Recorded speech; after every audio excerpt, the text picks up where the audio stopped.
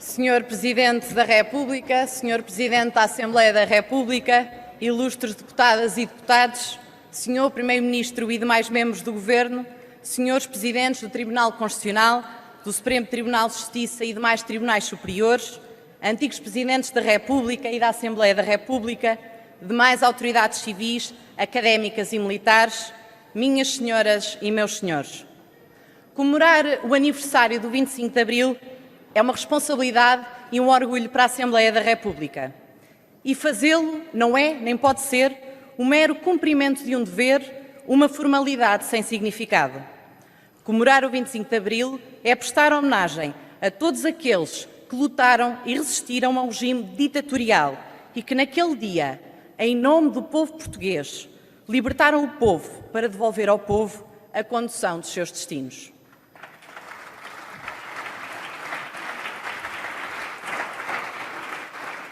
É também tempo de agradecer aos militares que lutaram na guerra colonial, independentemente de concordarem ou não com a política ultramarina.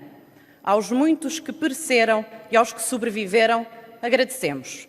Agradecemos especialmente aos que quebraram o ciclo da guerra colonial, dando esperança à criança que dizia: "Quando for grande, não vou combater". Comemorar este aniversário é honrar o regime democrático em que vivemos, fundado nas revoluções de abril de 74 e de novembro de 75. Provámos que a liberdade é mais forte do que o medo. Vivemos num regime democrático que se concretizou com a aprovação da Constituição de 76 e se consolidou com a revisão constitucional de 82.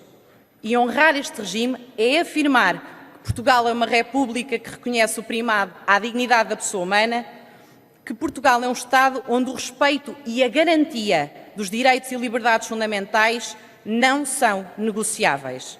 44 anos depois, importa perguntar o que conseguimos e o que está por fazer. E conseguimos tanto.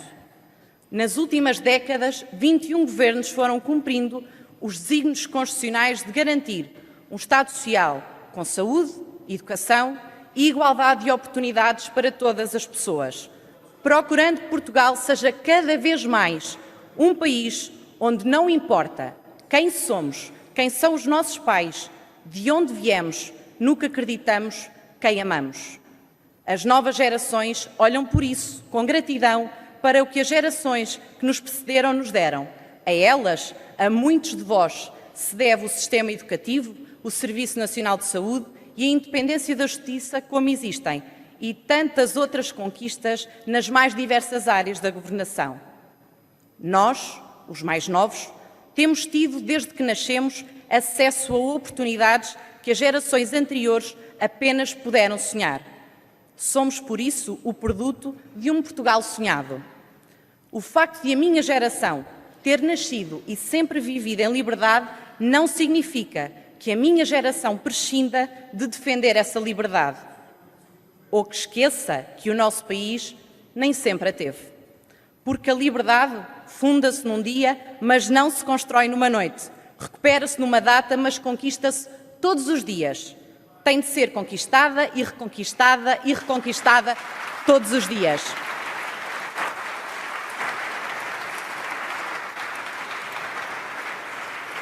Uma liberdade que é minha, que é tua, que é nossa. É do Sr. Deputado Jerónimo de Sousa, que eu aqui cumprimento, e que pôde ver o seu partido sair da clandestinidade e entrar num Parlamento eleito pelo povo. É da Sra. Deputada Catarina Martins, que eu aqui cumprimento, e que nunca teve de encenar uma peça censurada a lápis azul. É do Sr. Deputado Carlos César e do Partido Socialista, que eu aqui cumprimento, e que nesse dia puderam ver os seus fundadores regressar a casa. É da Sra. Deputada Assunção Cristas, que eu aqui cumprimento, pôde ser mãe de família e ter uma vida profissional de sucesso, também por causa desse dia.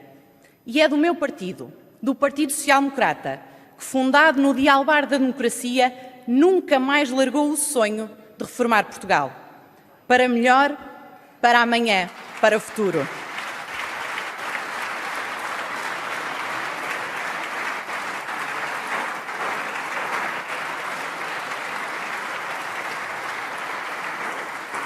É do Dr. Rui Rio, que eu aqui cumprimento, e que pôde ser dirigente estudantil em liberdade, também por causa desse dia. É de todas as mulheres a quem aqui presto os meus cumprimentos, para quem abril significou um passo largo na direção da igualdade entre homens e mulheres, através da efetivação do direito ao voto ou à liberdade de movimentos, entre muitas outras conquistas. Há muito por fazer e o povo português espera e reclama de cada responsável político que se faça mais, que se faça melhor. Senhor Presidente da República, Senhor Presidente da Assembleia da República, a política portuguesa tem-se fragmentado cada vez mais numa repetição de divisões entre nós e o eles. Nós os políticos e eles o povo, ou nós o povo e eles os políticos. Nós os jovens e eles os mais velhos, os da capital e os do resto do país, os do interior e os do litoral, os da cidade ou os do campo, os da Madeira ou dos Açores e os do continente, os do nosso partido e os dos outros partidos. A política e a democracia não podem continuar a alimentar estas divisões. A atividade parlamentar não é um campeonato onde os nossos ganham ou perdem e as vitórias de uns são as derrotas de outros.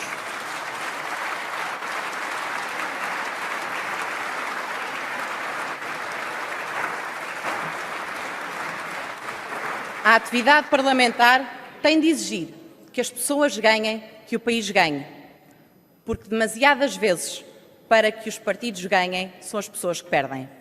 E digo sem rodeios, há assuntos em que não ouvimos suficientemente o que o povo reclama. É talvez o mais central desses assuntos o combate à corrupção e a defesa do Estado e do erário público da captura por interesses particulares. Temos de ter a coragem para reformar o sistema político, introduzindo transparência, para que sejam conhecidos todos os interesses em causa em todas as decisões tomadas pelos poderes públicos. A transparência tem de ser a regra do funcionamento democrático. Importa recordar que o exemplo vem de cima. A opacidade só serve os prevaricadores, os menos sérios, os corruptos. Debaixo de um manto que os encobre, a generalização são todos iguais. Mas não são todos iguais. Não somos todos iguais. Devemos, por isso, garantir, em geral, que qualquer pessoa deve ter o direito a saber quem, quando, como e porquê os poderes públicos decidem o que decidem, quanto nos custa hoje e quanto custará amanhã. Senhor Presidente da República, Senhor Presidente da Assembleia da República, e o que está por fazer? Um Portugal por fazer na educação, mais de 30 anos após a aprovação da Lei de Bases do Sistema Educativo, importa refletir sobre a educação de futuro que queremos? Um Portugal por fazer na saúde, com o Serviço Nacional de Saúde a assinalar 40 anos em 2019, temos de garantir, sem exceção, a cobertura universal dos cuidados de saúde em tempo razoável e com recursos suficientes, independentemente da condição económica, geográfica ou etária. Um Portugal por fazer na cultura. Não é aceitável que a cultura seja o parente pobre da governação. A cultura não tem esquerda nem direita. Deve ser livre e não programada politicamente.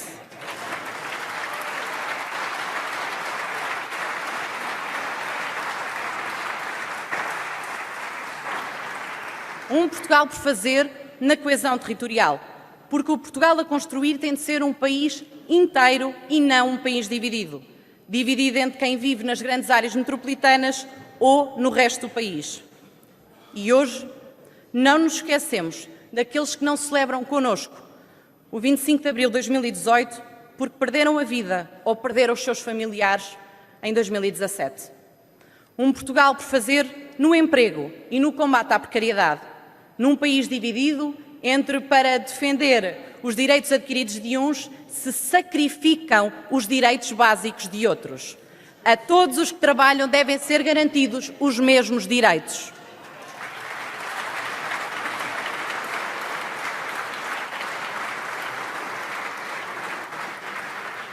Um Portugal por fazer na segurança social, porque um país que propositadamente esquece as novas gerações é necessariamente um país por construir. Um Portugal por fazer para os jovens, por um país que aproveita a força, a criatividade, a energia, a imaginação e a iniciativa dos seus jovens e a quem são dadas condições e oportunidades para que possam provar que são capazes, que fazem coisas novas e de que as fazem bem. Muitos lamentam que para os jovens é tudo urgente, mas neste caso é o de facto. O Portugal por fazer não pode esperar. Um Portugal por fazer na solidariedade intergeracional, porque numa mão a inovação tecnológica não pode produzir novos excluídos nas gerações mais velhas, que perdem acesso aos serviços e direitos fundamentais quando eles são mediados eletronicamente, e porque na outra mão o endividamento limita a liberdade de escolha das novas gerações. Não se pode aceitar um fardo tão pesado para as novas gerações. Um Portugal por fazer na inclusão. Todos nesta sessão somos responsáveis por aquelas pessoas a quem não são plenamente reconhecidos ou garantidos os seus direitos fundamentais. A pobreza, o género, a etnia, a raça, a nacionalidade, a ascendência, a fé, a orientação sexual ou convicção política. Temos de garantir a igualdade de oportunidades e a inclusão de todos quantos cá vivem, eliminar todos os fatores de discriminação e intolerância, todos os grilhões que aprisionam a liberdade. A geração que sonhou e concretizou as revoluções de 74 e de 75 conseguiu que nós, os seus filhos, vivêssemos no Portugal sonhado.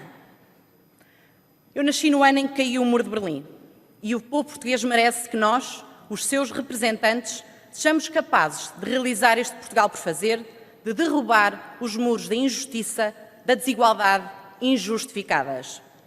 E a todos os que nos ouvem aqui, no Parlamento, em qualquer canto ou recanto de Portugal, pela televisão, pela rádio ou pelas redes sociais, a todos os portugueses que nos ouvem espalhados pelo mundo, em qualquer metrópole ou isolados da civilização, em qualquer um dos continentes. Cada um de nós tem a sua história, é singular. Mas o nosso destino é coletivo, é partilhado, é voltar a sonhar e fazer um Portugal para as próximas gerações.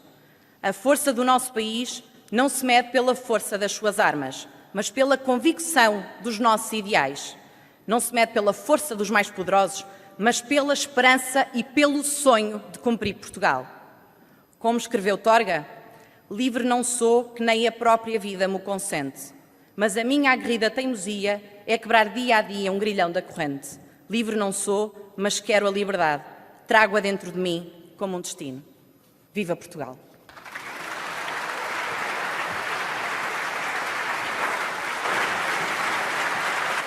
Muito obrigado, Sra. Deputada Margarida Balseiro Lopes.